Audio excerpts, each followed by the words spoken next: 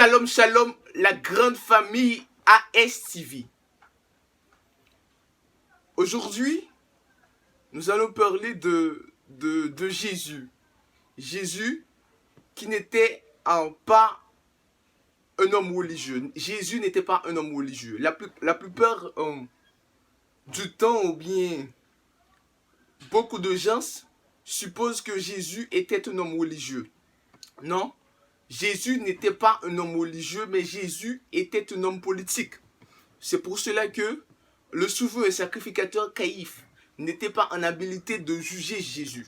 La seule personne qui était habile de juger Jésus, c'était le gouverneur Pilate. Parce que Jésus, il n'était pas un homme religieux, mais Jésus était un homme politique. Jésus n'est pas un homme religieux, ok?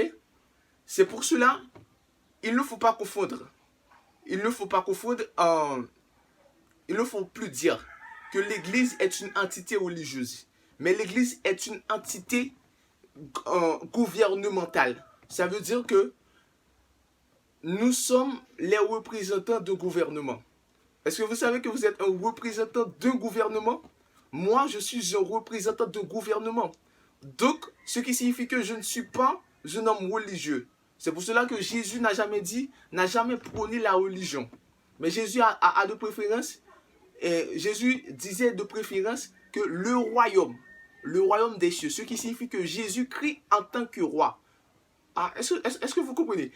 Jésus n'a jamais prôné la religion, mais Jésus disait de préférence le royaume des cieux est arrivé. Ce qui signifie que Jésus, il est le roi. C'est pour cela que on parle de l'ordre de Melchisédek. De l'ordre de Melchisédek, Jésus, il est roi parce qu'il était de la tribu de Juda, et il est souverain sacrificateur parce qu'il est dans l'ordre de Melchisédek. Est-ce que vous comprenez? Que Dieu vous bénisse.